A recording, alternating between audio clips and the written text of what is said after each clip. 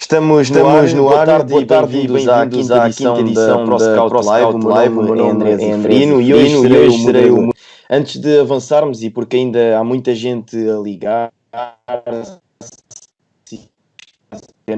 diz-vos para as nossas redes sociais, Facebook, Instagram, Twitter, YouTube e também no nosso site em proscout.pt, onde tem análise a jogadores, equipas, artigos sobre o jogo e sobre o treino. Passem por lá e fiquem a par do mundo do ProScout.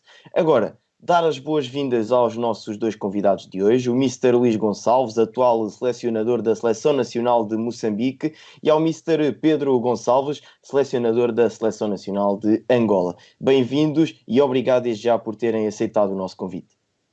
Boa tarde, obrigado pelo convite, é uma honra participar neste fórum, ainda para mais com um amigo como o Pedro. Acho que vai ser uma conversa muito interessante. Obrigado também à ProScout, a ti André pela gentileza e sem dúvida é um gosto estar aqui, especialmente com o Luís Gonçalves, e acho que vai ser interessante. Dizer a quem nos ouve lá em casa que podem deixar as vossas questões na nossa caixa de comentários, que é colocá-las aos nossos convidados.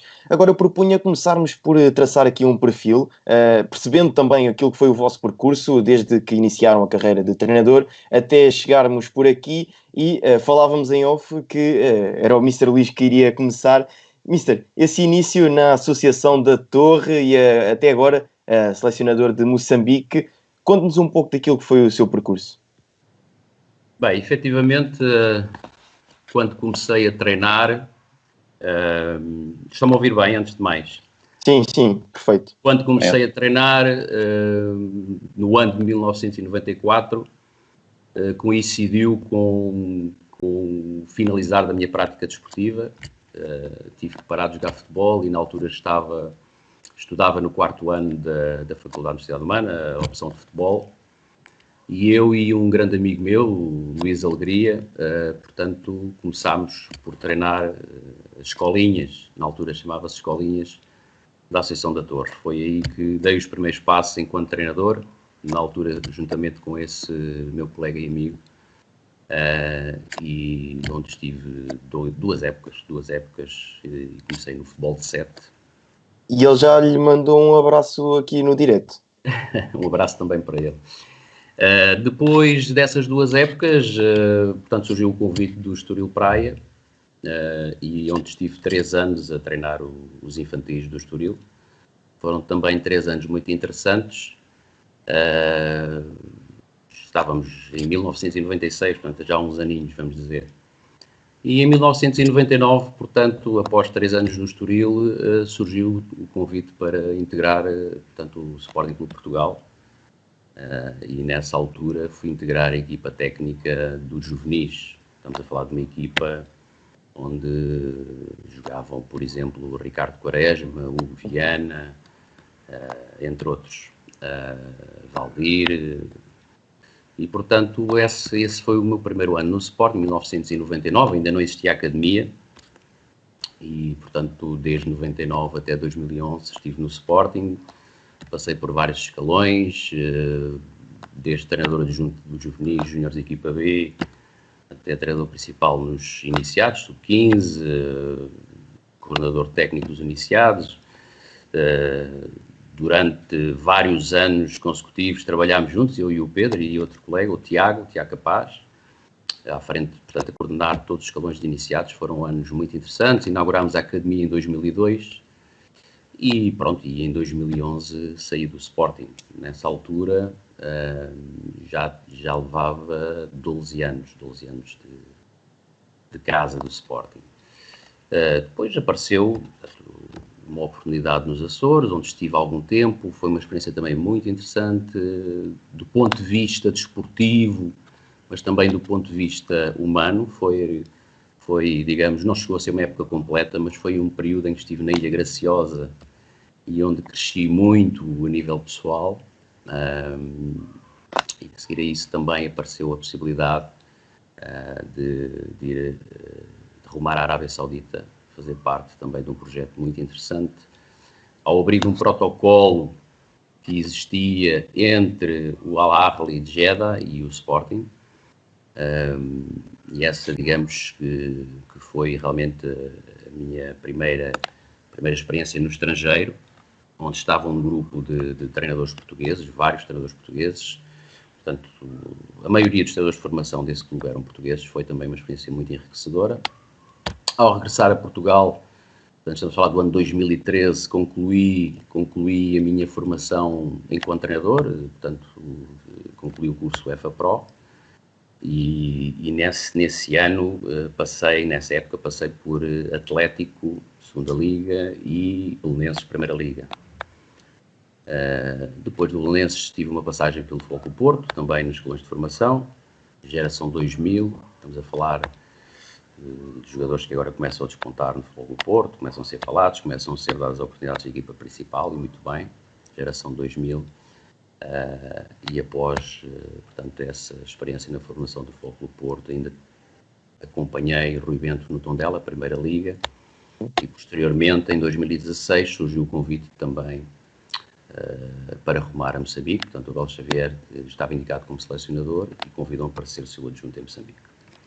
Em Moçambique estive como adjunto durante 2 anos e alguns meses, e em maio de 2018, portanto, por minha iniciativa, resolvi quebrar essa ligação, e pouco tempo depois apareceu-me uma oportunidade na China, onde estive como selecionador de sub-16. Na China foi uma experiência fantástica, uma cultura muito diferente da nossa, num país que quer ser potência efetiva no futebol.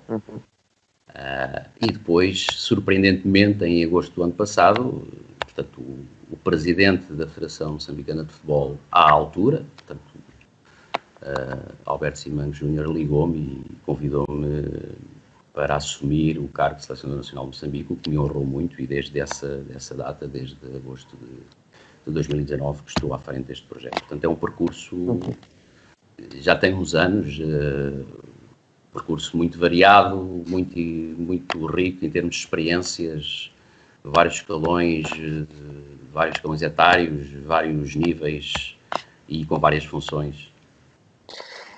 Pedro, vamos agora virar o jogo para si. Iniciou no Cova da Piedade, depois os percursos cruzam-se também com o do Luís, e depois tem a mudança para Angola. Fala-nos um pouco sobre si. Bom, há aqui algum paralelismo também em relação ao Luís, porque também deixei de jogar futebol cedo e também nunca tive grande projeção como jogador de futebol. Mas é curioso que sempre adorei modalidade. Aliás, eu sempre fui um adepto acérrimo de tudo que é modalidade esportiva. E o futebol, que é a modalidade mais praticada em Portugal e com mais implementação social, claramente me arrebatou desde criança. E então que comecei a jogar em miúdo, mas sempre, e recordo-me que desde muito cedo me fixei que gostaria de estudar desporto, e gostava de ser professor de educação física, queria ser treinador de futebol, e isto, desde cedo, as minhas escolhas, inclusive as escolhas escolares, foram nessa direção. De maneira que a minha primeira ocasião como treinador até foi no então futsal, estava a começar a dar os primeiros passos, tinha acabado de ser futebol de salão, eu também comecei como jogador de futebol de salão, e então esse clube, a minha primeira experiência foi quando esse clube, onde eu joguei, o Centro de Solidariedade Social do Pinhal de Frades, que na altura até era equipa campeã nacional de futebol de salão feminino, abriu escolinhas, e então eu tive a minha primeira experiência foi com 17 anos, com essa equipa de escolinhas, e ainda nem tinha concluído o ensino secundário. Depois, quando entrei para a faculdade, estava a jogar futebol sénior na altura no Quinta do Conde, e estava a perceber que também pelas obrigações universitárias ia ser difícil de conseguir conciliar tudo, e paralelamente surgiu o convite então do professor Bento Valente para coadjuvar no Amora Futebol Clube, no escalão de iniciados. Portanto, a minha primeira experiência como treinador adjunto, no caso, do futebol, concretamente foi nos iniciados, escalão de iniciados do Amora Futebol Clube. Daí se seguiu o Cova da Piedade, no qual tive a oportunidade no ano seguinte de ser o adjunto do Mister Fernando Ferreira, na altura, e fizemos uma grande campanha nos iniciados, fomos inclusive campeões distritais de Setúbal com a equipa de iniciados, e ao mesmo tempo eu fiquei responsável pelo escalão de escolas. Pronto, no ano seguinte fiquei só responsável pelo escalão de escolas, fizemos um brilharetezinho, e com isto, e com este brilharetezinho que fizemos e que já tínhamos vindo a dar sequência, alguns jogadores foram para o Sporting.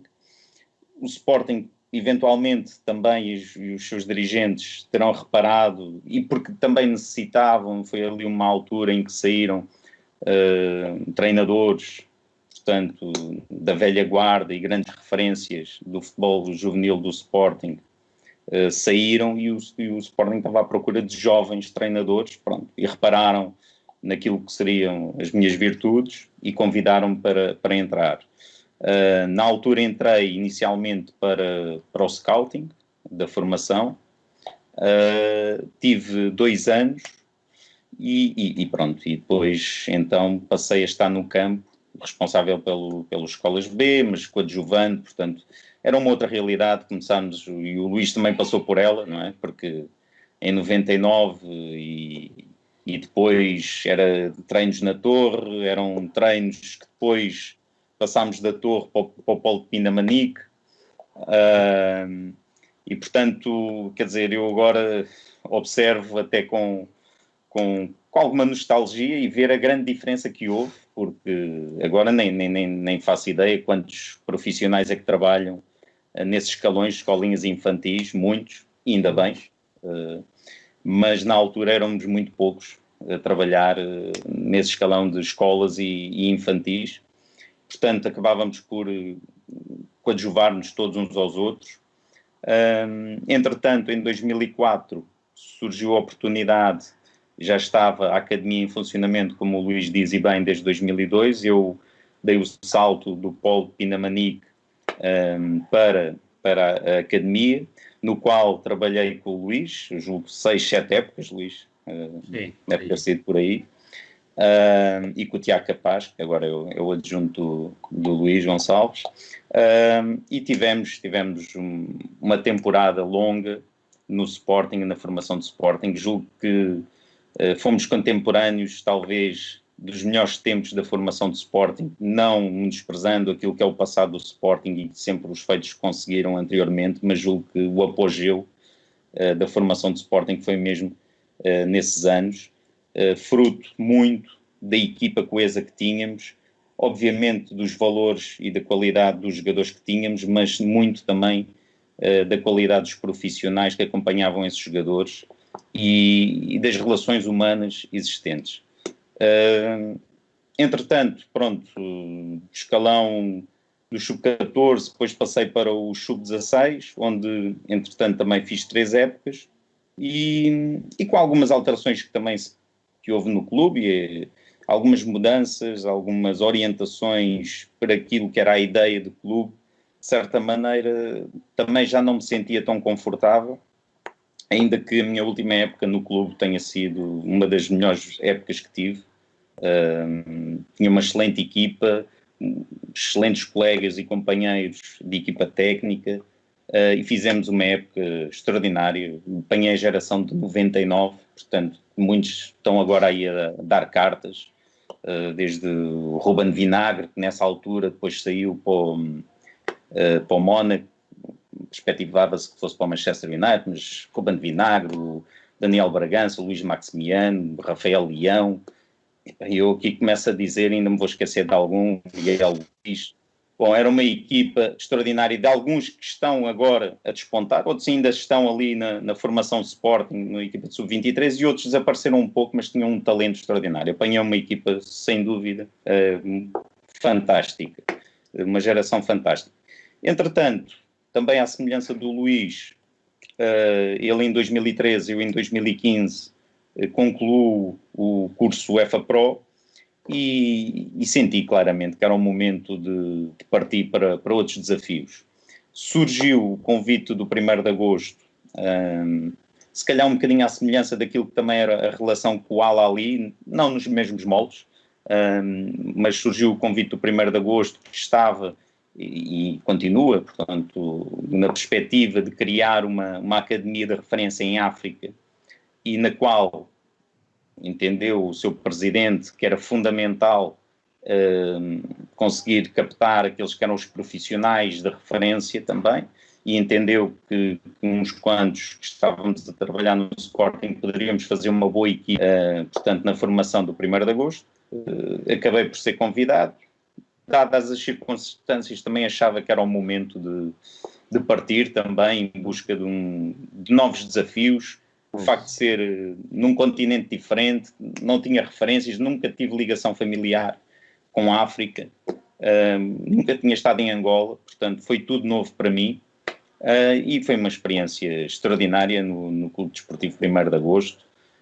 Tempos iniciais difíceis de adaptação, também o facto de ter apanhado a crise económica que se abateu sobre Angola, especialmente ali no ano 2015, 2016, veio complicar substancialmente os primeiros tempos, mas, quer dizer, aquilo que nos traz de negativo por um lado também nos abre perspectivas positivas por outro, e de maneira que foi muito enriquecedor para mim o tempo que tive no Clube Desportivo 1º de Agosto. Tive a oportunidade de coordenar os escalões base do clube. Fizemos, julgo, um trabalho extraordinário de reorganização completa desses escalões base. Fiquei também como responsável pela equipa de iniciados, depois acompanhei essa equipa até ao escalão de juvenis, portanto acabei por fazer 3 épocas, na altura 4 campeonatos, mas 3 épocas com essa equipa. As coisas correram bem também, felizmente. Tínhamos ido buscar muitos jogadores que agora vieram a fazer parte da seleção de sub-17 e que hoje em dia são referências do futebol jovem em Angola. E também entendi que chegou o momento, e transmiti isso aos responsáveis, na altura ao presidente Carlos Henrique, ao coordenador Bento Valente, que pretendia outros desafios. E assim foi. Na altura também ficou ali entreaberto uma relação com o clube, esteve para acontecer ser treinador de uma equipa ou de outra do Girabola, que por um motivo ou outro não aconteceu, e eis que, para surpresa minha, surge o convite para ser o treinador, portanto o selecionador nacional de sub-17. Foi uma autêntica surpresa, não contava. Tinham iniciado o programa portanto, o trajeto para o Mundial, tinham iniciado a preparação, e portanto foi uma surpresa minha. Foi uma espécie de comissão de serviço na relação com o 1º de agosto, e felizmente as coisas correram bem. Foi extraordinário. Fomos campeões da África Austral pela primeira vez na formação. Angola foi campeã da COSAFA, que é o Campeonato da África Austral, e isso abriu portas porque o campeão apurava para o Campeonato Africano. Na altura também fiz a preparação com a equipa, portanto, desde o recrutamento e a preparação da equipa que foi aos jogos da CPLP. Entendemos na altura também, como Portugal e o Brasil costumavam levar jogadores mais jovens, também nós levámos jogadores mais jovens, também vencemos os jogos da CPLP na modalidade de futebol.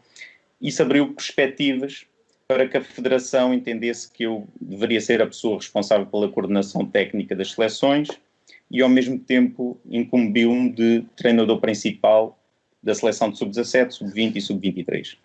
Pronto, então que foi sem dúvida um ano e meio super atarefado, responsável pela coordenação técnica, sempre em ação, portanto, desde os sub-17, sub-20, sub-23, as várias etapas com os sub-17, que acabaram por depois resultar também no inédito participação de Angola no Campeonato do Mundo sub-17.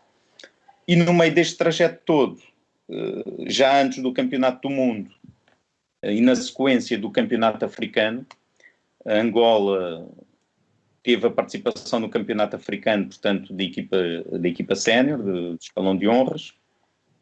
As coisas não correram como se pretendia, não me cabe a mim estar a fazer apreciações, mas o que é que aconteceu é que na decorrência desse Campeonato Africano houve a saída do selecionador anterior e nessa decorrência, ainda antes de ir para o Campeonato do Mundo, é-me proposto, ainda de uma forma, digamos, interina, assumir a seleção de honras na qualificação para a fase de grupos do Mundial.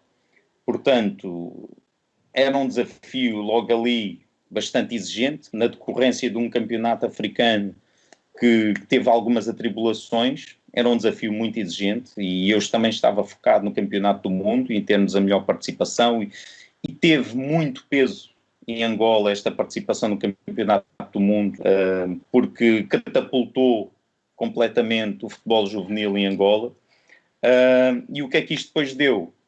Deu que fizemos essa qualificação, entramos na fase de grupos, depois fomos ao Mundial e é já portanto, na antecedência do Mundial que me propõe ficar definitivamente com a seleção de honras. Eu concluí o Mundial e, curiosamente, no dia em que concluo e que chega a Angola, vindo do Mundial, foi exatamente no dia em que começámos a treinar para a etapa seguinte, portanto, os primeiros jogos de qualificação para o CAN. É o meu trajeto com esta parte final que, sem dúvida, só agora começa a estabilizar um pouco. Certo, vamos prosseguir então. Mr. Luís, eu pergunto-lhe, porque é uma grande questão ainda em torno do futebol, que é a tal transição do futebol de formação para o futebol sénior em geral. Eu pergunto-lhe, no seu caso, como é que se dá esta tal transição do futebol de formação para o futebol sénior? Eu agora ouvi com alguns cortes, mas a pergunta é, no meu caso, como treinador, certo? Certo. Antes de mais, eu gostava de dizer o seguinte: no meu entendimento, ser treinador de futebol é ser treinador, independentemente do escalão ou do contexto onde nós estejamos. Claro que nós temos que estar a sermos o possível em cada contexto. E cada contexto, se falarmos de futebol de formação ou futebol profissional, naturalmente tem características próprias e que obrigam a que os treinadores estejam preparados para dar respostas e naturalmente é absolutamente necessário que cada profissional tente ser o melhor. Mas como eu dizia, para mim ser treinador de futebol, independentemente de treinar escolinhas, iniciados, júniores ou séniores, é ser treinador de futebol. E isso pressupõe o quê? Acima de tudo, preparação, humildade, assumir que estamos sempre em aprendizagem e que não sabemos tudo. Para quê? Para depois estarmos realmente preparados para responder perante as oportunidades e perante os desafios que aparecem. Eu não posso dizer que tenha havido uma transição, no meu caso, vamos dizer assim, posso partilhar convosco, não tenho problemas nenhums. Eu, quando regressei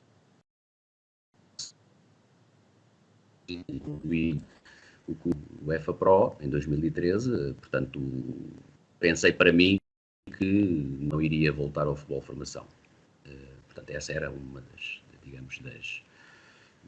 dos objetivos na minha carreira. Contudo, nós, por vezes, nem sempre podemos dar-nos ao luxo, e com toda a humildade é isso que eu reconheço, dar-nos ao luxo de fazer certas escolhas. E o que aconteceu foi que, logo após a minha saída do Belenenses, na altura estava como adjunto do Lito Vidigal no Belenenses, na Primeira Liga, surgiu um convite do Futebol Clube Porto para treinar novamente uma equipa de formação. Portanto, se analisarmos o meu percurso enquanto treinador, tem passagens pela formação, futebol profissional, formação novamente e futebol profissional.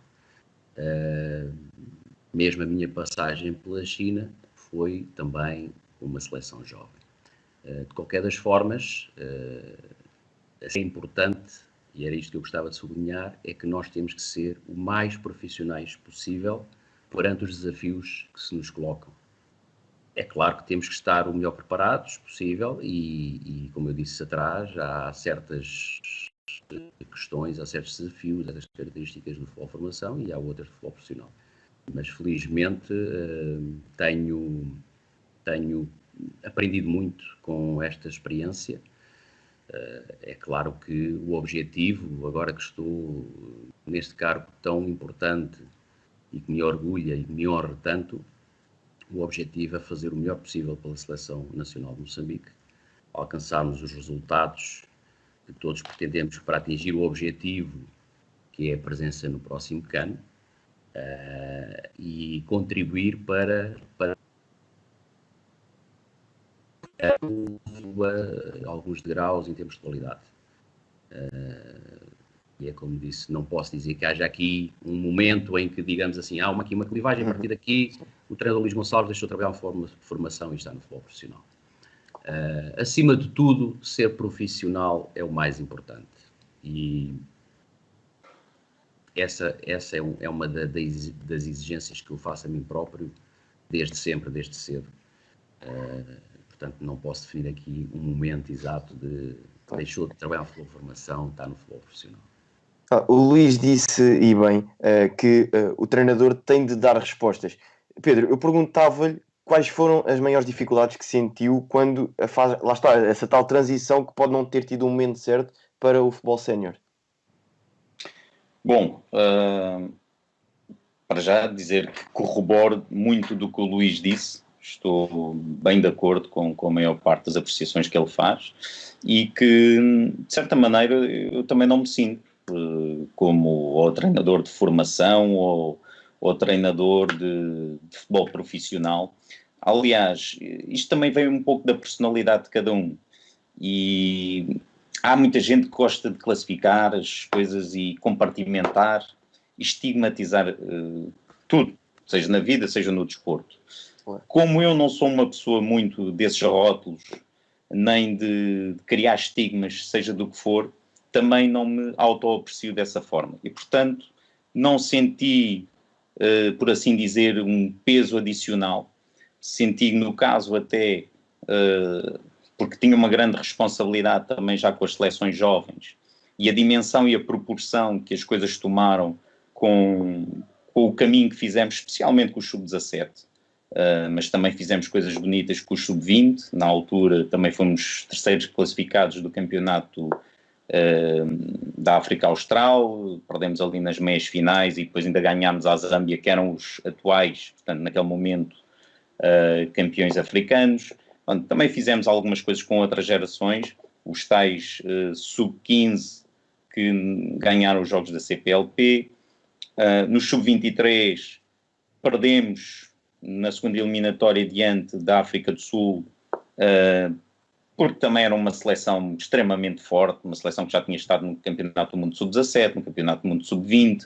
Aliás, das 3 seleções que vão representar a África nos Jogos Olímpicos, eles estão lá e, portanto, também prova a valia da seleção sul-africana e, portanto, nós apanhámos-los ali e, de facto, também não houve muito tempo para nos preparar da melhor forma e justamente passaram. Pronto, com isto quero dizer que a dimensão, especialmente com o sub-17, portanto, quando fomos ao campeonato africano, que já foi a 4ª participação, inclusive em Angola tinha estado na edição anterior e, portanto, também já começa a revelar consistência nas suas participações, mas pela primeira vez conseguimos o apuramento para o campeonato do mundo, inclusive ficámos em 3º lugar, eventualmente poderá dar o 2º lugar porque a Guiné-Conakry foi desqualificada. E, portanto, depois a participação no Campeonato do Mundo deu uma grande projeção, aliás, foi uma grande expectativa de toda a gente em Angola, especialmente, obviamente, em relação ao futebol, mas deu uma grande dimensão, porque Angola, infelizmente, não tem estado presente no futebol jovem, tinha estado numa edição em sub-20, no futebol profissional, portanto, na seleção de honras em 2006, e agora também foi a primeira vez em sub-17 e, portanto, como tem andado arredado dos grandes palcos mundiais, o facto de estarmos no Campeonato do Mundo Sub-17 acabou por ganhar uma grande dimensão, às vezes até um bocadinho superior àquilo que eu acho que uma seleção de Sub-17 deve ter, mas a repercussão acabou por ser essa. De forma que eu, saindo do Campeonato do Mundo, com todo o trajeto, com todo o mediatismo que tive, na verdade não senti grande diferença, mesmo inclusive antes, porque antes tivemos o apuramento para a fase de grupos do Mundial, não senti essa pressão. Sinto que é um espaço pedagógico, que vou ter que continuar a ter a mesma atitude pedagógica. Metodologicamente, é verdade que tenho que adotar outras posturas, é verdade que vou agir em muitas outras circunstâncias de forma diferente e adaptada à circunstância, mas não sinto minimamente que não esteja preparado ou que seja um peso adicional. Aquilo que sinto são os desafios concretos e como o Luís também falou, de Moçambique, Angola também é muito semelhante. Temos um desafio hercúleo pela frente, face aos recursos e à ambição de um povo e a nossa própria ambição pessoal de chegarmos longe e catapultarmos o futebol angolano para patamares superiores. Claro, e porque também já nos começam aqui a chegar perguntas e quantas mais melhor. Eu tenho aqui uma pergunta do Francisco Gomes da Silva. Ele pergunta, e assim, olhando para a realidade dos dois países, e estamos a falar de futebol de formação, o que falta para Moçambique e Angola darem o salto em termos qualitativos? Luís, queres dar o pontapé de saída ou de reinício? Faltam algumas coisas e temos que falar abertamente das questões. Faltam algumas coisas. Se nós pensarmos no caso concreto de Moçambique, começa logo por haver uma grande dificuldade e é um problema sério, não só é um problema sério socialmente que tem a ver com a subnutrição que existe. Esse é um problema grave que existe no país, das crianças subnutridas, e que têm sido dados alguns passos no sentido das coisas melhorarem. Há um grande esforço por parte do governo para que as coisas melhorem. E isso, quer queiramos, quer não, tem alguma implicação depois em tudo. Se olharmos a organização dos campeonatos jovens em Moçambique, também há coisas que podem melhorar. Eu gostaria de referir que com esta nova direção, para quem não sabe, em dezembro passado entrou um novo elenco diretivo, presidido pelo Sr. Faisal Cidade, que é o atual presidente. Entrou também com esse elenco diretivo um vice-presidente das seleções, que é o Paíto, que penso que toda a gente conhece, e entrou também um diretor técnico nacional, Ronaldo Salvado, que é um conceituado em Moçambique e, na minha opinião, é a pessoa certa no lugar certo. E o departamento técnico neste momento está a fazer um grande trabalho de reflexão e de relação daquilo que é a organização das competições desportivas. Tem que haver, acima de tudo, e se falarmos das competições jovens, melhor organização das provas.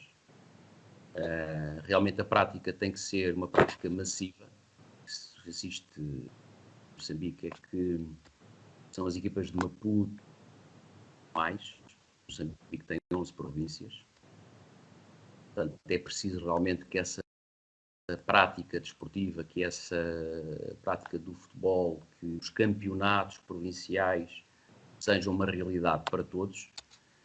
Lá está, trabalhei muitos anos na formação, digam o que disserem, a competição, os jogos, os desafios, os torneios, naturalmente, a par de um treino bem orientado e de uma preparação bem orientada, é que fazem realmente, são a mola do desenvolvimento, minha opinião. Depois é preciso realmente que os clubes tenham condições, e em Moçambique a realidade também é a seguinte, é que há clubes que disputam Moçambola, que é a maior competição nacional, que nem sequer um campo têm para treinar, campo próprio.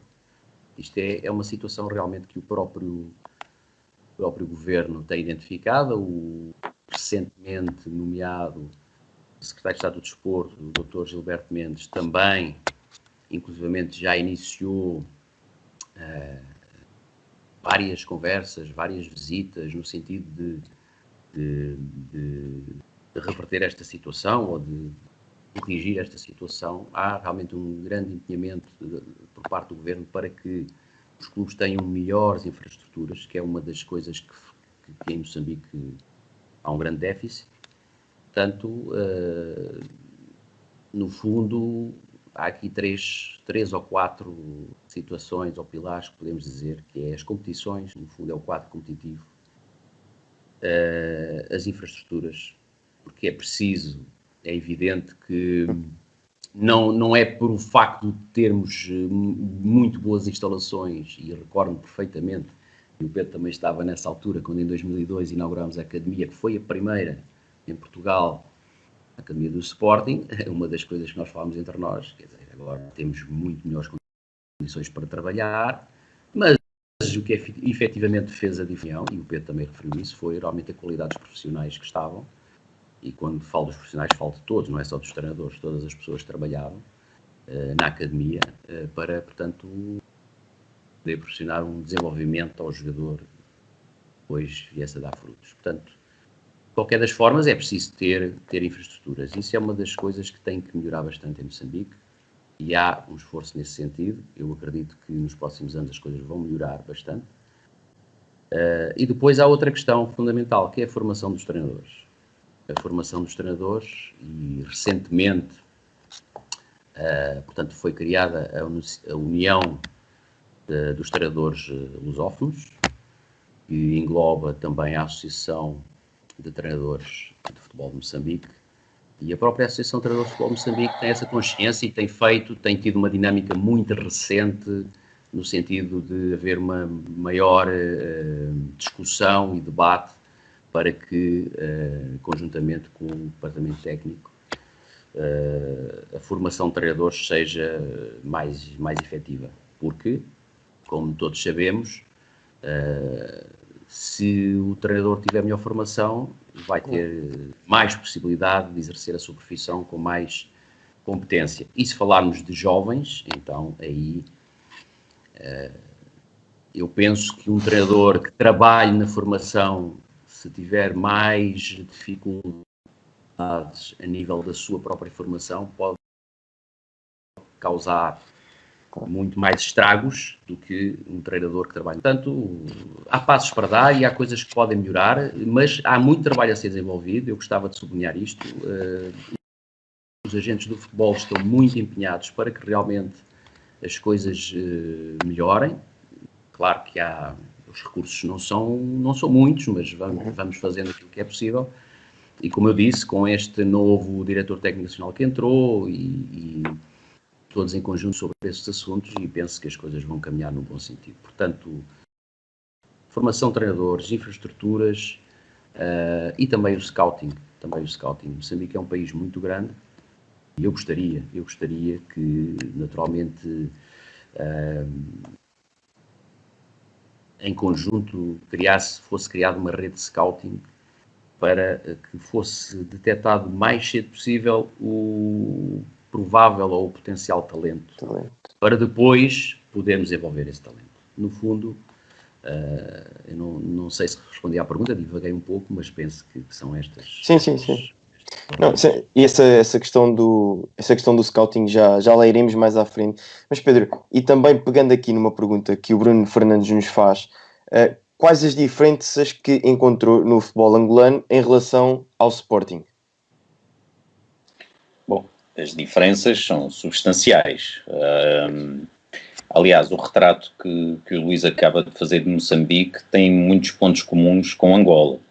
Não estaremos, eventualmente, Angola e Moçambique exatamente no mesmo ponto porque Angola já deu os primeiros pontapés de saída em relação à criação de academias de futebol. No caso, eu próprio fui para uma academia de futebol, portanto, e esse projeto já tem alguns anos e já estão aí as evidências do trabalho feito. Também o projeto da AFA, que é um projeto também muito grande e muito significativo em Angola, e portanto também já leva alguns anos, e 1º de agosto, a AFA tem sido dos principais municiadores destas fornadas, por assim dizer, de futebol jovem das seleções de Angola, mas também clubes como o Petro, que estava um pouco adormecido quando eu cheguei e que de facto já deram passos significativos e os últimos anos melhoraram substancialmente também, não tanto ao nível das infraestruturas, mas a nível da organização, do acompanhamento dos jovens e do futebol praticado, a nível de futebol de formação. Portanto, já há alguns projetos que já deram o pontapé de saída e que já estão a surtir efeito. Portanto, também não é um absoluto acaso este percurso até à chegada do Mundial, e como eu disse também há pouco, a própria participação no campeonato africano anterior, portanto, já revela aqui algumas melhorias consideráveis. Agora, também é verdade que é pontual, portanto, é localizado. Infelizmente, Angola também é um país que, sendo muito grande, há uma grande diferença entre as regiões. Luanda praticamente tem metade da população residente em Angola, portanto é uma capital com muitos milhões de habitantes.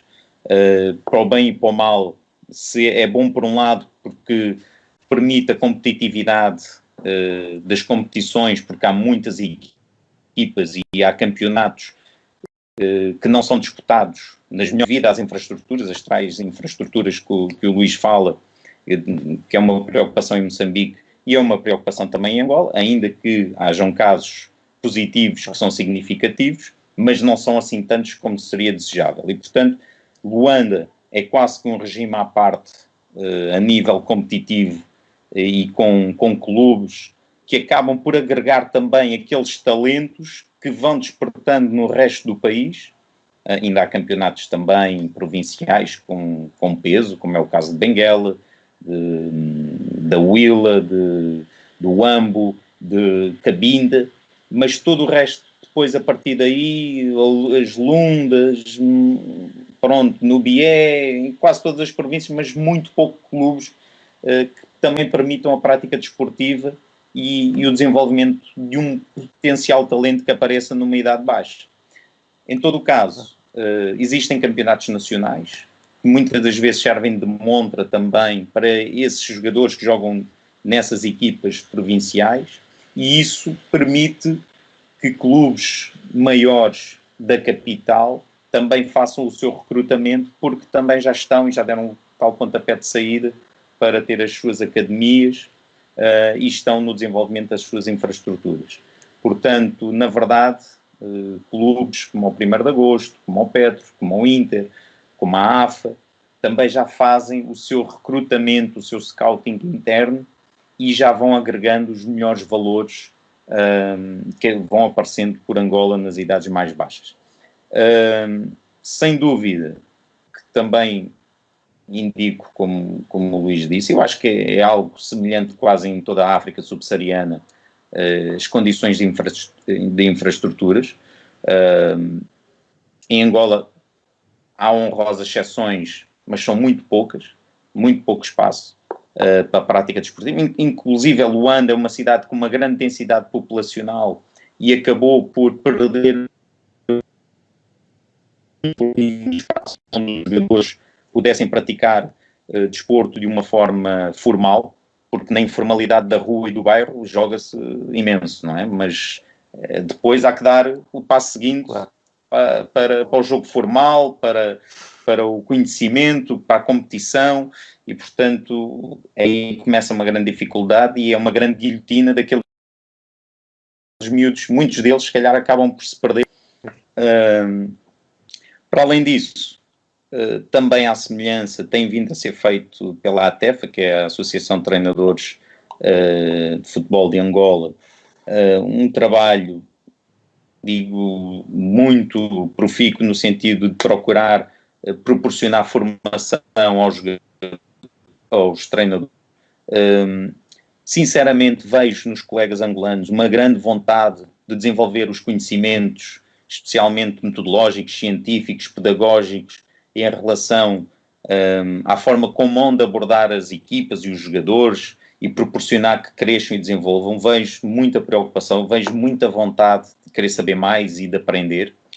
Aliás, uma das funções também que tive no 1º de agosto e continuo a ter na Federação é também colaborar nessa formação e ajudar e ser um agente formativo não só de jogadores, mas também de treinadores. E, portanto, essas são duas valências que têm que ser melhoradas claramente. Diria que estes passos já foram dados, já estamos neste patamar. Agora, a dimensão que as coisas, entretanto, também tomaram, também abriu portas para que muita gente desse mais atenção ao futebol jovem de Angola. De repente, senti que houve muitos agentes internacionais à volta daquilo que se faz no futebol jovem de Angola e, portanto, as pessoas estão a perceber isso, que é uma oportunidade também. Vejo, e essa foi um dos grandes, e também era um dos nossos objetivos, não objetivos competitivos, mas objetivos que eu tinha e que tínhamos criado para a equipa, era mobilizar o futebol jovem angolano e conseguimos fazer porque foi uma alavanca extraordinária o percurso que tivemos. Portanto, é um desafio que agora a Angola tem, é mobilizar todas as forças vivas, por assim dizer, para que proporcionem melhores condições e deem oportunidade a tantos talentos que vão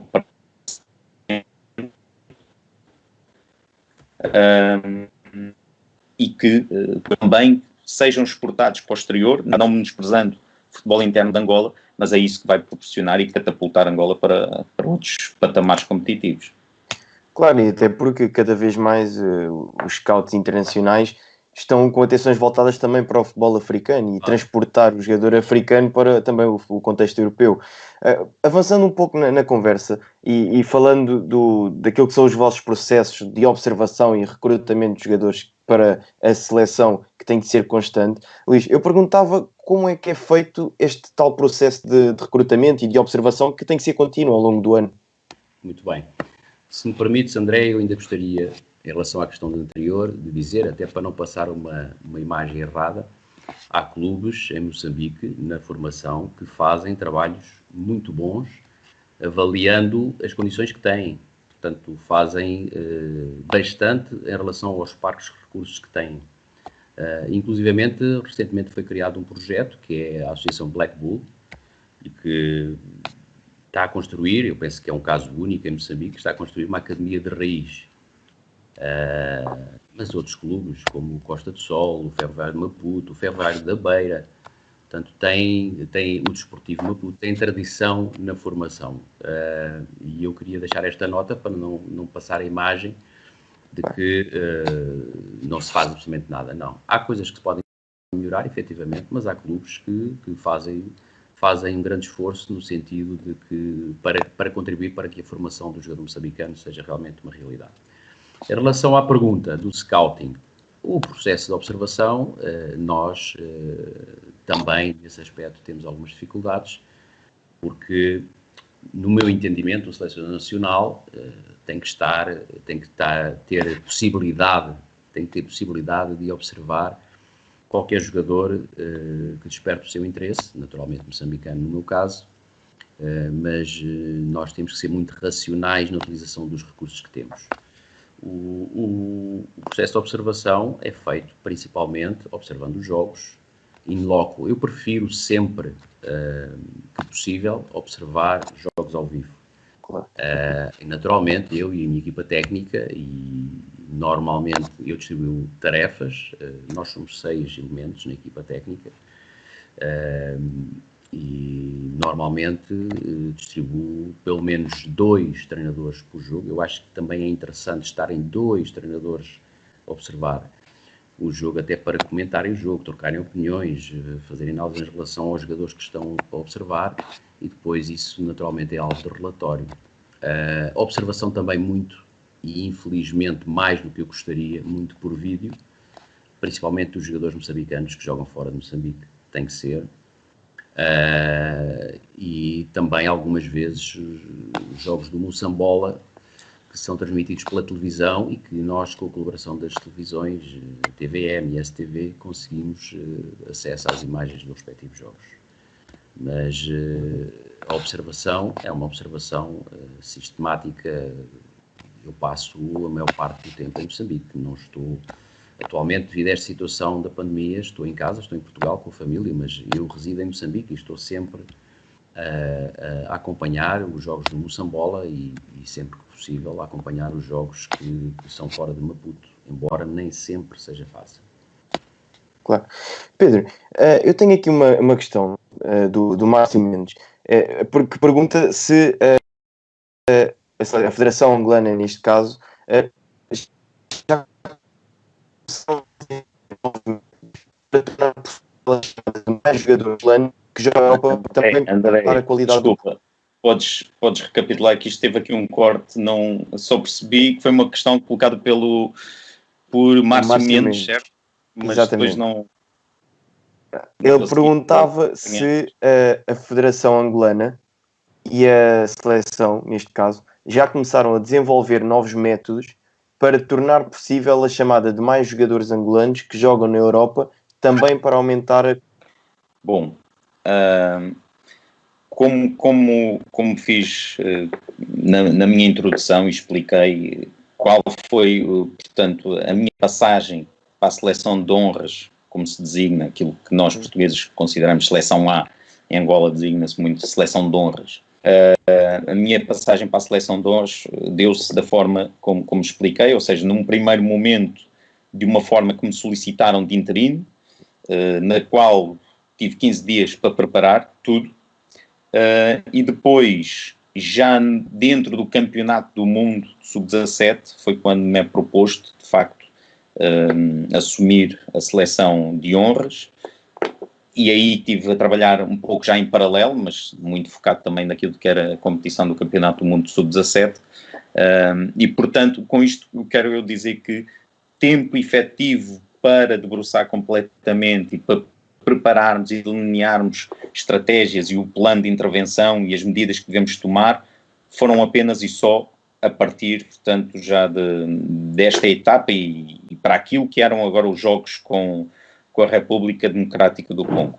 Portanto, e viemos a fazer um conjunto de tarefas que tínhamos que fazer, desde definir aquilo que nós entendemos como a ideia de jogo que devemos implementar com a seleção A, criámos o nosso modelo de jogo, modelo de treino, criar um conjunto enorme de documentos, seja até para registros, pareceres, seja para relatórios, seja para uma infinável questão de documentos que são precisos no dia-a-dia para intervirmos, e portanto aquilo que é o nosso dossiê da equipa A, portanto, debruçámos muito tempo para o fazer, e não é algo rígido e fixo e que esteja imutável, mas toda essa operação levou bastante tempo e ainda continuamos sempre a procurar e a aprimorar. Isto desencadeou o quê? Desencadeou que nós percebemos claramente, na nossa ótica, na nossa leitura, um conjunto de medidas que devemos tomar numa dimensão a curto prazo e a médio e longo prazo. A médio e longo prazo sabemos que temos boas gerações, não só esta de sub-17, que tem efetivamente bons talentos,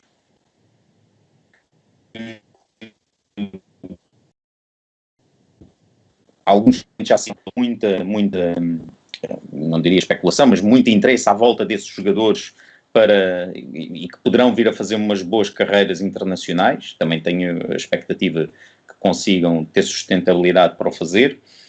mas também no sub-20, inclusive no sub-23 e nas gerações mais jovens. Portanto, acreditamos que temos talento para desenvolver e que, se a esses jovens talentos seja dada a oportunidade de competir a um nível superior, neste caso, é óbvio, campeonatos europeus, e se for campeonatos europeus de elite, vão de certeza permitir que esses jovens consolidem toda a capacidade esportiva que já vão revelando, mas isso não é fácil de agora nós agarrarmos em jogadores de 17, 18 anos e constituir a equipa de honras só com jogadores de 17, 18 anos. Pois. Temos um caso, até inclusive é já do Zito, que já é internacional lá por 2 ocasiões, já connosco, mas temos ideia de ir juntando mais jovens, inclusive a última convocatória, mais de metade da convocatória era constituída por jogadores de 24 ou de menos anos. Portanto, gradualmente temos esta expectativa de ir preparando esta dimensão de médio e longo prazo, mas percebemos também claramente, como o Márcio Mendes diz, que temos muitos jogadores de potencial na diáspora e que, no imediato, poderão contribuir muito para a subida de capacidade esportiva da seleção. No entanto, temos recursos limitados e, portanto, temos de ponderar sempre muito bem entre aonde é que podemos ir, onde é que podemos chegar, sempre atendendo também ao jogador e compreendendo muito bem, porque, repara, muitos dos jogadores que nós temos interesse que possam vir a fazer parte, que realmente no imediato vão introduzir mais-valia desportiva à seleção, foram internacionais jovens por outros países, seja por Portugal, por Espanha, pela Bélgica, pela Holanda. Quer dizer, a diáspora angolana tem muitos elementos espalhados, especialmente pela Europa. E, portanto, também temos que atender àquilo que são os percursos desses jovens e as dúvidas que lhes vão surgindo, neste patamar em que muitos deles jogaram até sub-20, sub-19, sub-21, inclusive em alguns, e que agora, neste momento, até porque é mais dirigido a nós, tal como falei, projetando também médio e longo prazo, localizarmos mais as nossas observações nesses jovens jogadores que já estejam num patamar elevado, mas que ainda sejam relativamente jovens. A esmagadora maioria daquilo onde nos estamos a focar e a debruçar tem a ver com jogadores que eu diria que vão até aos 25 anos. Claro que também temos outras exceções, mas é aí que vamos debruçar, porque sejam alguém que vá fazer anos de seleção de honras. Pelo menos projetamos que aqueles que a gente queira introduzir e juntar a nós sejam jogadores com valia e potencial para fazer anos junto da seleção de honras. Portanto, temos que compreender que alguns têm as suas questões ainda. Claro que se nós tivéssemos outros recursos, ajudaria. Faria de efeito placebo para que mais se juntassem a nós. E juntando-se alguns, se calhar outros também desbloqueava e se juntar-se-iam. Mas algo que nós não fazemos e não faremos, certo, é prometer algo que sabemos que não vamos poder cumprir. E como tal, temos estes recursos. Aliás, inclusive estamos a ser penalizados de alguma forma por algumas situações do passado. Justamente, alguns até apontam como, mas atenção, porque isto e aquilo e aquilo outro. Portanto, somos práticos, somos objetivos, fazemos a abordagem, transmitimos as ideias que temos para o jogador, traços gerais, aquilo que é o nosso plano desportivo junto de nós na seleção, transmitimos aquilo que são os nossos recursos disponíveis e de intervenção com os jogadores e com a equipa e, claro, procuramos seduzir da melhor forma para que alguns jogadores claramente trarão mais valia desportiva. Ainda assim, dizer que já alguns se juntaram a nós, que já têm dado boas provas, caso fico feliz e obviamente porque ainda para mais são jogadores que após se terem juntado a nós serviu de efeito placebo, como dizia, para estarem num grande momento de forma, ou estavam, quando agora os campeonatos foram interrompidos, que é o caso do Núrio e do Fábio Abreu, que curiosamente no ano em que se tornaram internacionais, essa motivação também permitiu, no caso do Núrio, foi considerado agora o melhor lateral esquerdo do campeonato belga, e o Fábio Abreu, a performance que vinha a ter. Portanto, outros estão na calha, outros já se iam juntar a nós caso tivesse havido os jogos com a República Democrática do Congo. Temos muito, agora, como disse, ultrapassar os recursos que são os nossos limites, não o faremos. Se de hoje para amanhã surgir essa oportunidade, é com todo o gosto que vamos receber esses jovens jogadores, que venham com vontade e que venham com compromisso. E aqui, se calhar vamos entrar numa outra questão, mas a palavra compromisso é determinante. Quem vem jogar por Angola tem que sentir vontade de vir jogar por Angola e, mais do que exigir, vem para contribuir. Luís, eu vou-lhe perguntar, porque também é uma questão e que se coloca ao nível do scouting, que é possivelmente uma das maiores dificuldades do scouting, que é fazer o transfer do contexto em que o jogador está, o contexto, neste caso, seleção. Pergunto como é que vocês enquanto técnica, tornar o problema da contextualização de um jogador do clube, em que fazem a observação, para o contexto de seleção que pretendem. Muito bem. Antes de mais dizer o seguinte, nós, na seleção, temos pouquíssimo tempo para treinar. Isto é uma realidade.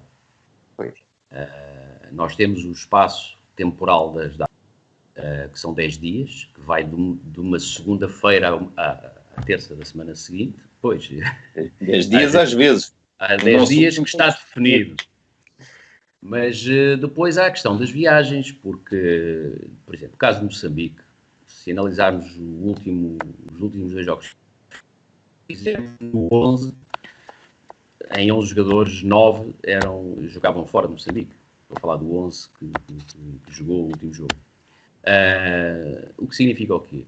2/3 da convocatória, 2/3 dos jogadores convocados jogam fora de Moçambique. E a maior parte deles na Europa. Alguns na África do Sul também. Portanto, se olharmos para a questão das viagens, e penso que era isso que o Pedro também estava a falar, ainda nos resta menos tempo para treinar.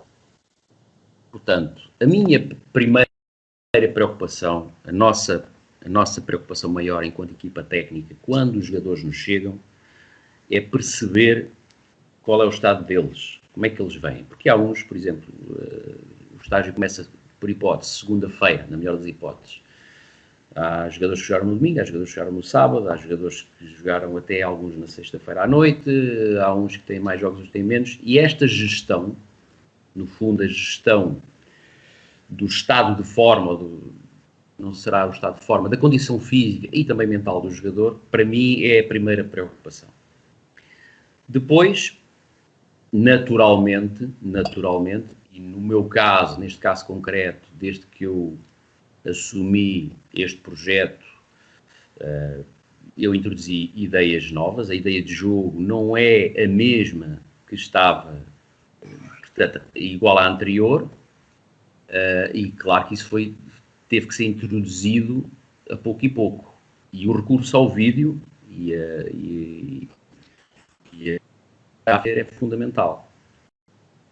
Claro que depois o treino em campo, as ideias têm que ser transmitidas, mas nós temos que ser muito seletivos naquilo que vamos trabalhar. E também faço seleção dos exercícios que compõem a unidade de treino em função do adversário. Posso dar um exemplo. O meu primeiro jogo como selecionador principal de Moçambique foi nas Maurícias. E por imposição da CAF, o jogo realizou-se no dia 4 de setembro. Eu só consegui treinar uma vez com a equipa completa, antes do jogo. Qual foi a grande vantagem? 90 a 95% dos jogadores eu já os conhecia porque já tinha estado em Moçambique, muito selecionador adjunto, e já os conhecia. E embora a forma de jogar fosse diferente, os princípios de jogo permanecem. Portanto, e no fundo eu trabalho muito segundo os princípios de jogo. Isto tudo para dizer o quê?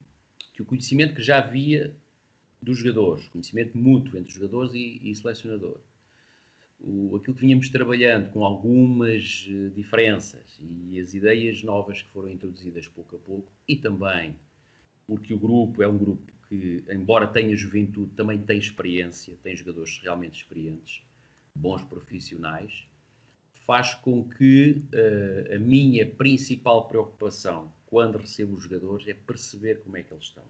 Contudo, continua a haver jogadores que, quando chegam à seleção, tem que haver sempre, como é que é de dizer, uma conversa prévia, tem que haver sempre analisar um pouco e recordar algumas das coisas que temos vindo a fazer, que não são aquilo que eles trabalham no clube diariamente. Porque cada treinador tem a sua ideia de jogo, o modelo de jogo no clube nem sempre, ou muitas vezes não é coincidente com aquilo que é utilizado na seleção, mas o que é facto é que este grupo já vem trabalhando junto há algum tempo e as ideias, portanto, têm sido bem assimiladas, têm sido bem interpretadas e até ao momento estou muito satisfeito com isso. Agora, como é que é esse transfer? É treinar, mostrar muito vídeo, muita análise do adversário e também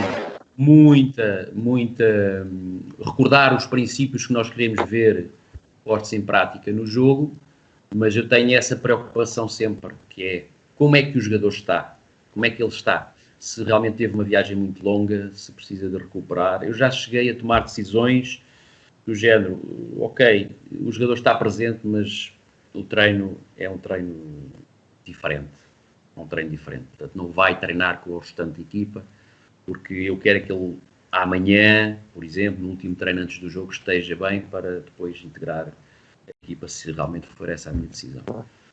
Portanto, claro que as pessoas não têm muito esta noção, em termos gerais. Eu já tenho sido confrontado em Moçambique, em relação a certas possibilidades que eu fico surpreendido, porque tomara eu dizer assim, olha, o jogo é daqui a 2 semanas e nós começamos o estágio com 2 semanas ou 3 semanas de antecedência e vamos estar a trabalhar diariamente. E aquilo que se faz nos clubes, não é? Todos os dias, sobre o jogo, sobre a ideia de jogo e o que é preciso corrigir, o que é que podemos melhorar, etc. Isso não é, na seleção nacional, isso não é possível dessa forma. Pedro, e a minha questão, e o David também coloca essa mesma questão, lá está, neste tão espaço de tempo que tem para trabalhar com os jogadores, nestes estágios, quais são os processos aquisitivos que pretendem ou procuram transmitir aos jogadores no imediato, porque é pouco tempo de trabalho. Olha, eu estava a ouvir o Luís, pronto, e é algo que eu julgo que nós temos que transmitir bem para aquilo que é a realidade do futebol europeu. Os jogos internacionais em África não têm nada a ver a nível de deslocações com a Europa. Minimamente, imagine-se um jogador, imagine-se o Cristiano Ronaldo, é convocado para a seleção portuguesa e passado 2 horas está a aterrar na Portela ou em Tiros ou onde for para se juntar à seleção portuguesa. Mesmo outros jogadores que venham, sei lá, da Bélgica, de França, de Inglaterra, pouco mais de 2 horas estão juntos e, portanto, o peso da viagem é muito diminuto em relação àquilo que se passa em África. Até porque a maior parte desses voos também são diretos. Quanto muito, se calhar tem um trajeto de carro e depois apanham o avião, tem alguém para o apanhar e rapidamente está na concentração da seleção. Pronto. Moçambique, a maior parte dos países não será diferente, especialmente da África Austral, que ainda é mais longe. Portanto, a repercussão das viagens tem um impacto muito elevado. Repare-se, nós na última concentração tivemos vários jogadores a jogar ao domingo à tarde, noite e à noite. e tivemos jogo, porque a CAF assim designou, não por nossa pretensão, minimamente, mas a CAF marcou-nos o jogo na quarta-feira à noite. Portanto, veja-se, e nós também temos uma boa parte da convocatória, se calhar não tanto neste momento como o Moçambique, mas especialmente da equipa que depois acaba por muitas vezes ser a equipa inicial dentro de campo. Muitos dos jogadores vêm da diáspora e muitos deles jogaram no domingo e domingo à noite. Nem todos conseguiram ter viagem, e porque alguns depois também jogam fora e longe dos aeroportos, ainda tem que se fazer as deslocações em território onde estão, viajar, às vezes viajar de qualquer ponto para Portugal, porque muitas vezes o ponto de encontro acaba por ser em Portugal, e depois de Portugal partir para Angola. Portanto, tivemos jogadores a chegar na segunda de manhã, jogadores a chegar na segunda à noite, jogadores a jogar na terça, quando jogávamos na quarta. O único treino, efetivamente, que nós tivemos com todos, foi mesmo na terça, portanto o treino de véspera, que acaba por ser treino de véspera, preparação, de foco na competição, no jogo, mas também é o único treino aquisitivo que temos. Portanto, temos que utilizar, como o Luís disse, e com certeza a maior parte dos selecionadores utiliza, reuniões individuais, reuniões de grupo, reuniões coletivas com a equipa, com vídeos, com o transmitir daquilo que são as nossas ideias-chave, e para além disso depois, porque se calhar com mais peso do que num clube, há sempre o binómio entre aquilo que é a identidade que temos e a estratégia, não é? Temos a nossa identidade, mas nós jogamos com a nossa identidade, mas depois para um determinado jogo temos que ir com uma determinada estratégia, que não tem só a ver com o adversário. Às vezes tem a ver com o adversário, mas depois também tem a ver com o clima, que em África também tem um peso muito substancial. Portanto, seja de calor, como de umidade, como pode ser a própria relva, não é? Nós podemos dizer, nós gostamos muito, e o futebol angolano, valorizando também as características dos jogadores angolanos, da imprevisibilidade, da criatividade, do toque de bola curto, e gostamos de sair a jogar, mas sair a jogar por vezes em determinados campos, mesmo ao nível de seleções internacionais.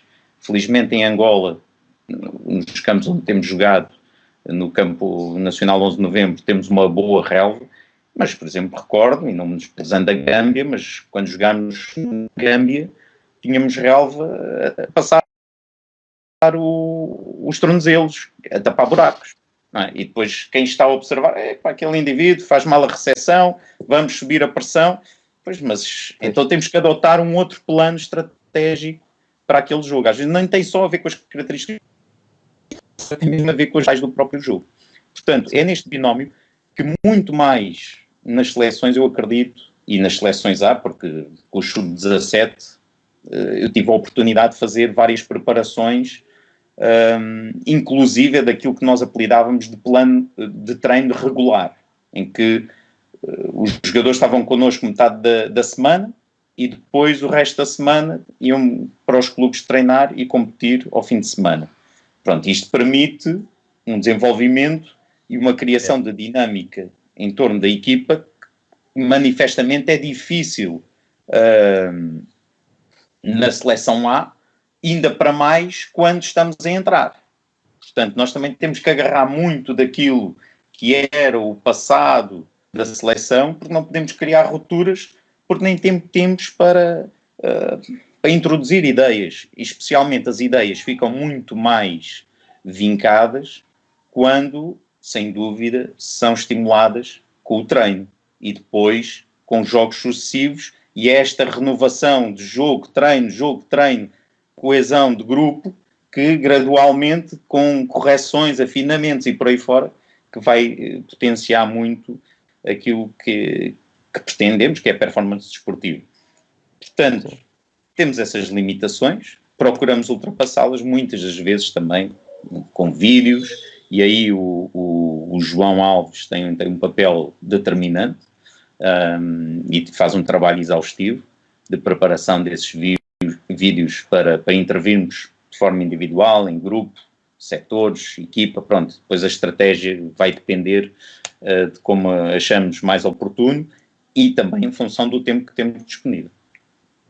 Sim, eu ia perguntar, porque estava a falar dessa parte da análise. Pedro, qual é a importância da análise da equipa e também do próprio recrutamento, mas também para a ida a jogo? André, percebi a importância da análise da equipa e depois do adversário, análise da equipa e do adversário, não só para aquilo que é o recrutamento do jogador, mas também para depois a ida para jogo.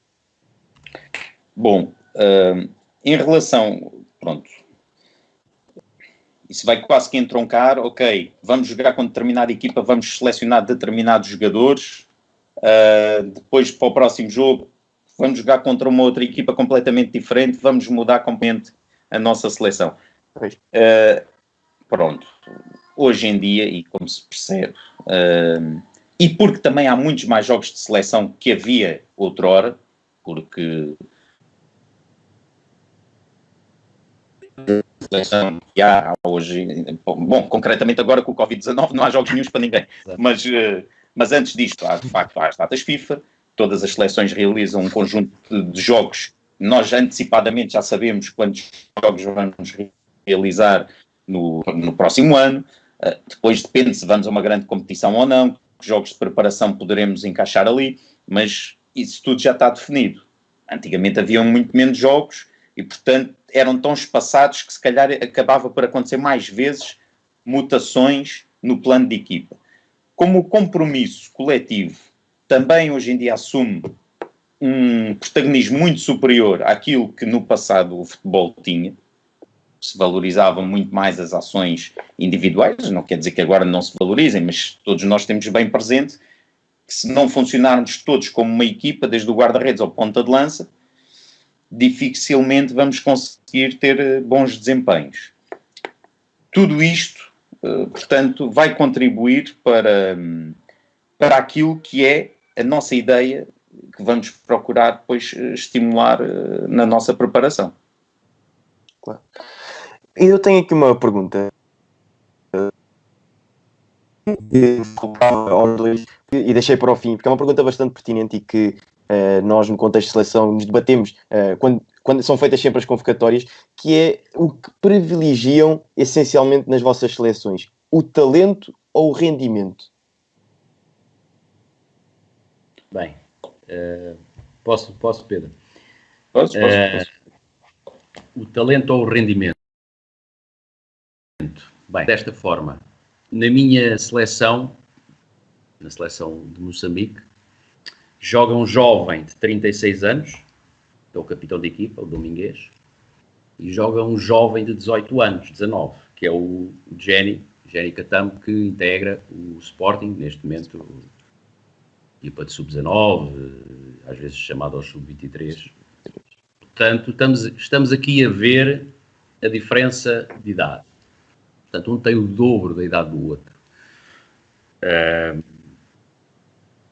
Eu privilegio, acima de tudo, o rendimento neste sentido. A nossa missão é ganhar jogos. Agora, eu também não entendo que possamos ganhar jogos não colocando os melhores a jogar. E para mim, tenha 18 ou 36 anos, aquele que, na minha opinião, na minha concepção, estiverem melhores, aquele que joga e aquele que sirva a estratégia de determinado jogo. Há pouco estava a ouvir o Pedro a falar e estava-me a recordar, ele falou do clima e bem, em África, e estava-me a recordar, portanto, o último jogo que fizemos em Maputo, que foi com o Ruanda. Portanto, nós estabelecemos uma estratégia e lá está, e decidimos, portanto, que íamos jogar, como se costuma dizer, embora eu não gosto muito deste tipo de rótulos, vá lá, mas íamos jogar com um falso ponta de lança. No fundo, íamos colocar o Domingues como, portanto, a seleção joga num dispositivo tático 4-3-3, um 2 no meio, 2 extremos bem definidos, um ponta de lança. Só que para este jogo nós definimos que íamos utilizar um jogador que habitualmente joga ali na posição 10, se considerarmos que sejam 6, 8 e 10, pronto, podemos dizer assim. Porquê? Porque analisámos o adversário e entendemos que poderia ser benéfico para nós utilizar esta estratégia. Nesse dia choveu torrencialmente em Maputo, inclusivamente houve inundações, houve muitas pessoas, minhas amigas, nem sequer conseguiram chegar ao estádio para assistir ao jogo, e eu ponderei eventualmente alterar, mesmo à última da hora, alterar a estratégia. E chamei o Domingues antes do jogo começar, fomos os dois ao campo e fomos ver como é que estava o campo, e a conversa foi muito simples. Não, mister, isto dá para jogar, esteja tranquilo, nós sabemos o que temos de fazer, e apesar do estado do terreno e da chuva, e aí o relevado, o Estado Nacional de Zimpeto realmente portou-se muito bem, e não alterei, mas o que é facto é que houve ali um acontecimento, porque as previsões meteorológicas não nos davam essa chuvada, essa tempestade, mas houve ali um acontecimento que podia ter alterado a situação. Pronto. Eu fugi um pouco à pergunta, mas era para ilustrar o quê? Que a estratégia para vencer o jogo para mim é fundamental. Portanto, respondendo diretamente, eu privilegio o rendimento e estamos numa seleção. Portanto, a seleção, obviamente que todo o trabalho invisível que é feito ao longo do tempo, e o Pedro também referiu isto, de procura de talentos, de criar as condições para que depois esse talento se desenvolva,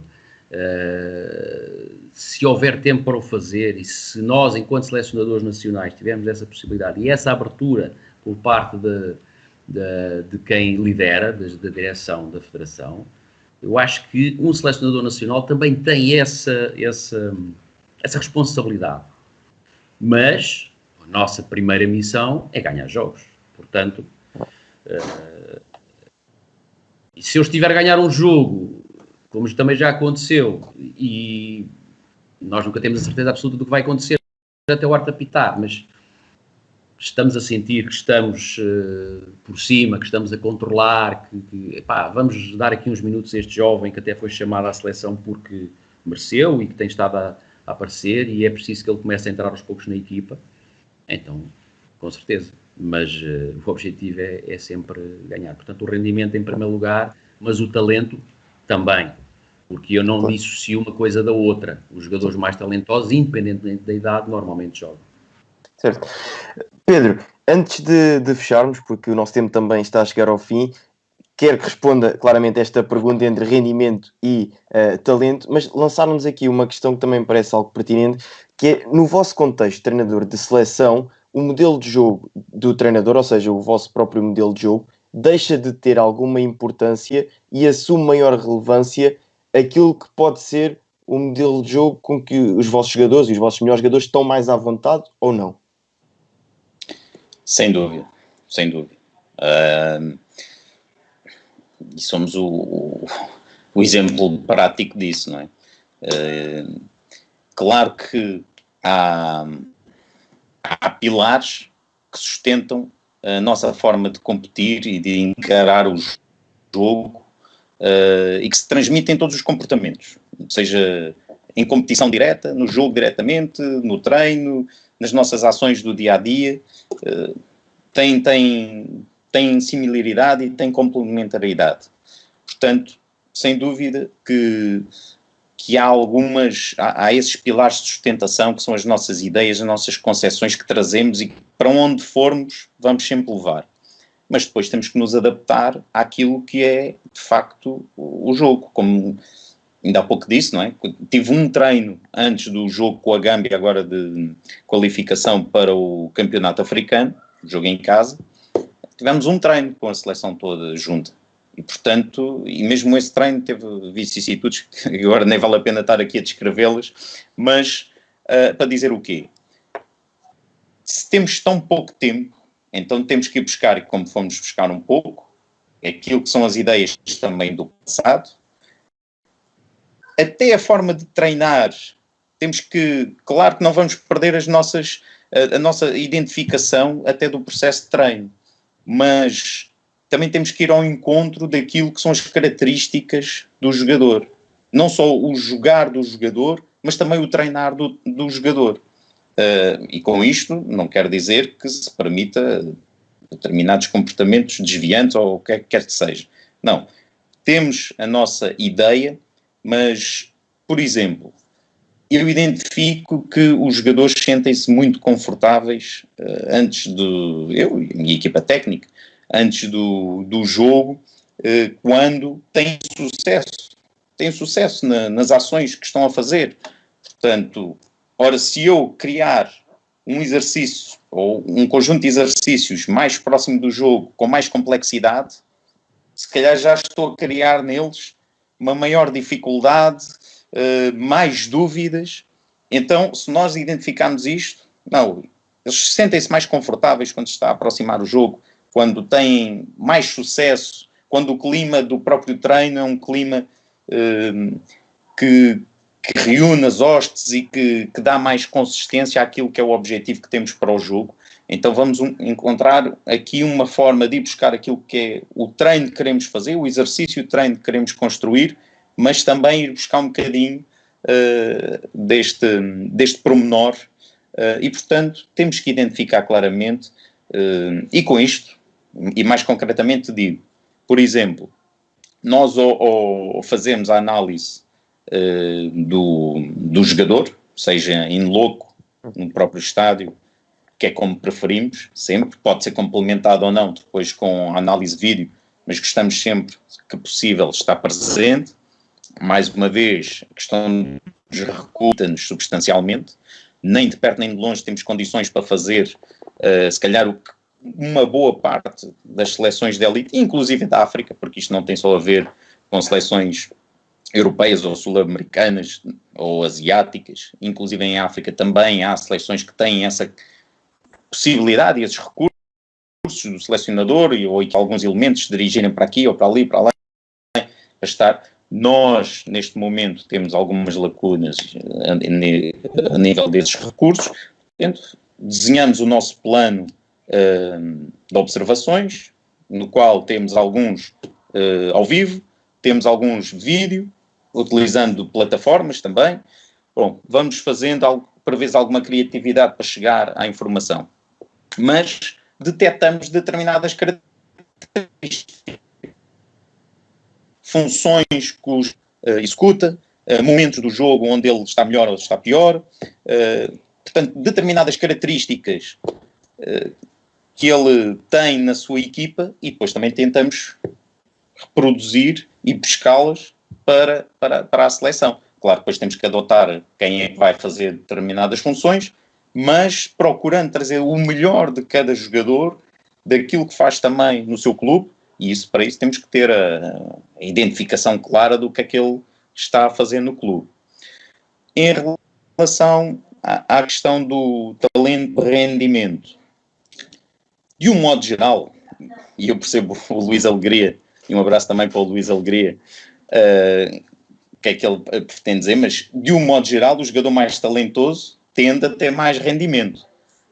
Mas pronto, sabemos que por vezes, circunstancialmente, no caso até dos jogadores jovens, um jovem talento pode ainda não estar a ter aquele rendimento que pretendemos. Nós constituímos, portanto, a nossa ideia de trabalhar a duas dimensões, por assim dizer, dois fluxos, utilizemos o termo que queiramos. Olhar médio e longo prazo, e também foi isto que a direção da Federação nos solicitou.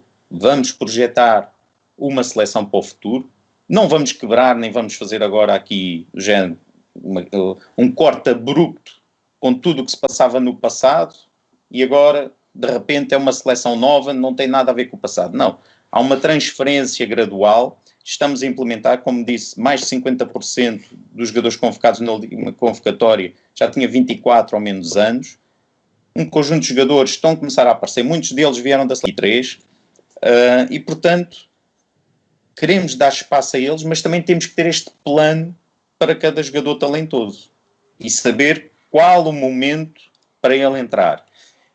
Não é igual a um clube, é evidente, o jogador, nós até podemos traçar este plano, Mas nós não vamos chegar ao clube e manipular o clube, podemos intervir e com alguns até temos mais proximidade e procuramos também mobilizar e encontrar ali pontos comuns de intervenção, mas nós não podemos chegar ao clube, olha, queremos que utilize assim, eu faça assado, pronto. Estamos sujeitos também a esse espaço do jogador no clube, mas traçamos o nosso plano individual para cada jogador talentoso, estes jovens talentosos, e procuramos depois, na competição, porque também temos que obter o resultado e isso é uma componente fundamental do desporto. É que desporto sem competição não é desporto. Pode ser lazer, recreação, mas não é desporto. Claro. E, portanto, o jogo tem essa componente e nós temos que intervir sobre ela e adotar os melhores comportamentos sobre ela. Claramente. Chegamos assim ao fim do nosso tempo. Acho que foi uma conversa bastante pertinente, aquisitiva de conhecimentos, pelo menos para mim foi, também foi bastante pertinente este momento.